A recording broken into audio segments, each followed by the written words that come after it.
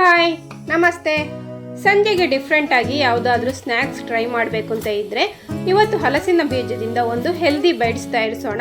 ಹಲಸಿನ ಬೀಜ ಸ್ಟಾಕ್ ಇಲ್ಲದಿದ್ದರೆ ಅದರ ಬದಲು ನೀವು ರಾಜ್ಮಾ ಉಪಯೋಗಿಸ್ಬೋದು.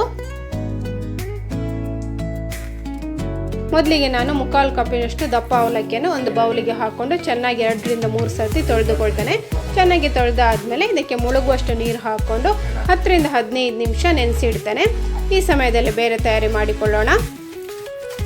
15 ರಿಂದ 20 ಹಲಸಿನ ಬೀಜವನ್ನು ನಾನು ಅದರ ಸಿಪ್ಪೆ ತೆಗೆದು ಕುಕ್ಕರಲ್ಲಿ 2-3 ವಿಸಿಲ್ ಬರೋಷ್ಟು ಚೆನ್ನಾಗಿ ಬೇಯಿಸಿಟ್ಟುಕೊಂಡಿದ್ದೇನೆ. ಇದನ್ನು ಕೈಯಲ್ಲೇ ಈ ರೀತಿಯಾಗಿ ಚೆನ್ನಾಗಿ ಪುಡಿ ಮಾಡಿಕೊಳ್ಳಿ. ಹಲಸಿನ ಬೀಜ ಸ್ಟಾಕ್ ಇಲ್ಲದಿದ್ದರೆ ನೀವು ರಾಜ್ಮಾವನ್ನು ಹಿಂದಿನ ದಿವಸ ನೆನೆಸಿಟ್ಟು ಬೇಯಿಸಿ ಉಪಯೋಗಿಸ್ಬೋದು. ಇದನ್ನೊಂದು ಮಿಕ್ಸಿಂಗ್ ಬೌಲಿಗೆ ಹಾಕ್ಕೊಳ್ತೇನೆ. ಹಾಗೆ 2 ಚೆನ್ನಾಗಿ ಬೇಯಿಸಿದ ಆಲೂಗಡ್ಡೆಯನ್ನು ಸ್ಮ್ಯಾಶ್ ಮಾಡಿ ಇಟ್ಟುಕೊಂಡಿದ್ದೇನೆ, ಅದನ್ನು ಕೂಡ ಹಾಕ್ಕೊಳ್ತೇನೆ. ಇನ್ನು ಇದಕ್ಕೆ ನೆನೆಸಿಟ್ಟಿದ್ದ ಅವಲಕ್ಕಿ ಮೃದು ಆಗಿದೆ, ಅದನ್ನು ಕೂಡ ಹಾಕೊಳ್ಳೋಣ. ಹಾಗೆ ಕಟ್ ಮಾಡಿದ ನೀರುಳ್ಳಿ, ಹಸಿಮೆಣಸು ಮತ್ತು ಕೊತ್ತಂಬರಿ ಸೊಪ್ಪು ಹಾಕ್ಕೊಳ್ತೇನೆ. ಇನ್ನು ಸ್ವಲ್ಪ ಜೀರಾ ಪೌಡರ್, ಮೆಣಸಿನ ಪೌಡರ್, 3 ಟೇಬಲ್ ಸ್ಪೂನಷ್ಟು ಕಡಲೆ ಹುಡಿ, ಹಾಗೆ 3 ಟೇಬಲ್ ಸ್ಪೂನಷ್ಟು ಅಕ್ಕಿ ಹುಡಿ ಹಾಕ್ಕೊಂಡಿದ್ದೇನೆ. ನೆಕ್ಸ್ಟ್ ರುಚಿಗೆ ತಕ್ಕಷ್ಟು ಉಪ್ಪು ಮತ್ತು ಗರಂ ಮಸಾಲೆ ಹಾಕ್ಕೊಂಡಿದ್ದೇನೆ.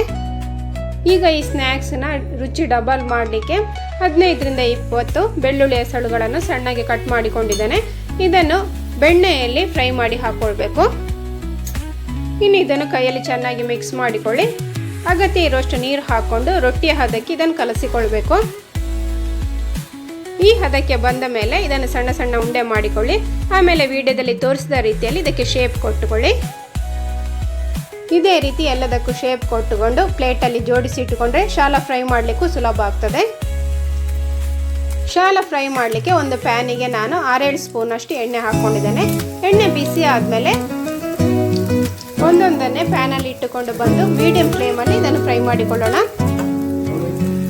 ಒಂದು ಸೈಡ್ ಗೋಲ್ಡನ್ ಕಲರ್ ಬಂದಮೇಲೆ ಇದನ್ನು ತಿರುಗಿಸಿ ಹಾಕ್ಕೊಳ್ಬೇಕು. ಉಲ್ಟಾ ಪಲ್ಟಾ ಮಾಡಿಕೊಂಡು ಎಲ್ಲ ಕಡೆ ಕೂಡ ಗೋಲ್ಡನ್ ಕಲರ್ ಬರುವ ತನಕ ಇದನ್ನು ಫ್ರೈ ಮಾಡಿಕೊಳ್ಬೇಕು. ಹಲಸಿನ ಬೀಜ ಉಪಯೋಗಿಸಿ ಮಾಡುವ ಈ ಸ್ನ್ಯಾಕ್ಸ್ ಒಳ್ಳೆ ರುಚಿ, ಪರಿಮಳ ಅಲ್ಲದೆ ಆರೋಗ್ಯಕ್ಕೂ ತುಂಬ ಒಳ್ಳೆಯದು. ಎಲ್ಲ ಸೈಡ್ ಈ ರೀತಿಯಾಗಿ ರೋಸ್ಟ್ ಆದರೆ ಇದು ತಿನ್ನಲಿಕ್ಕೆ ಭಾರಿ ರುಚಿ. ಈಗ ಇದು ರೆಡಿ ಆಯಿತು. ಇದಕ್ಕೆ ಯಾವುದೇ ಚಟ್ನಿ ಅಗತ್ಯ ಇಲ್ಲ. ನಾನಿಲ್ಲಿ ಟೊಮೆಟೊ ಸಾಸ್ನೊಂದಿಗೆ ಸರ್ವ್ ಮಾಡ್ತಾ ಇದ್ದೇನೆ. ಹೊಸ ರೀತಿಯ ಸ್ನ್ಯಾಕ್ಸ್ ನಿಮಗೆಲ್ಲರಿಗೂ ಇಷ್ಟ ಆದರೆ ಲೈಕ್, ಶೇರ್, ಕಮೆಂಟ್ ಮಾಡಿ. ಹಾಗೆ ಚಾನಲ್ ಸಬ್ಸ್ಕ್ರೈಬ್ ಆಗಿ. ಇನ್ನೊಂದು ವಿಡಿಯೋದಲ್ಲಿ ಸಿಗೋಣ. Thank you, bye.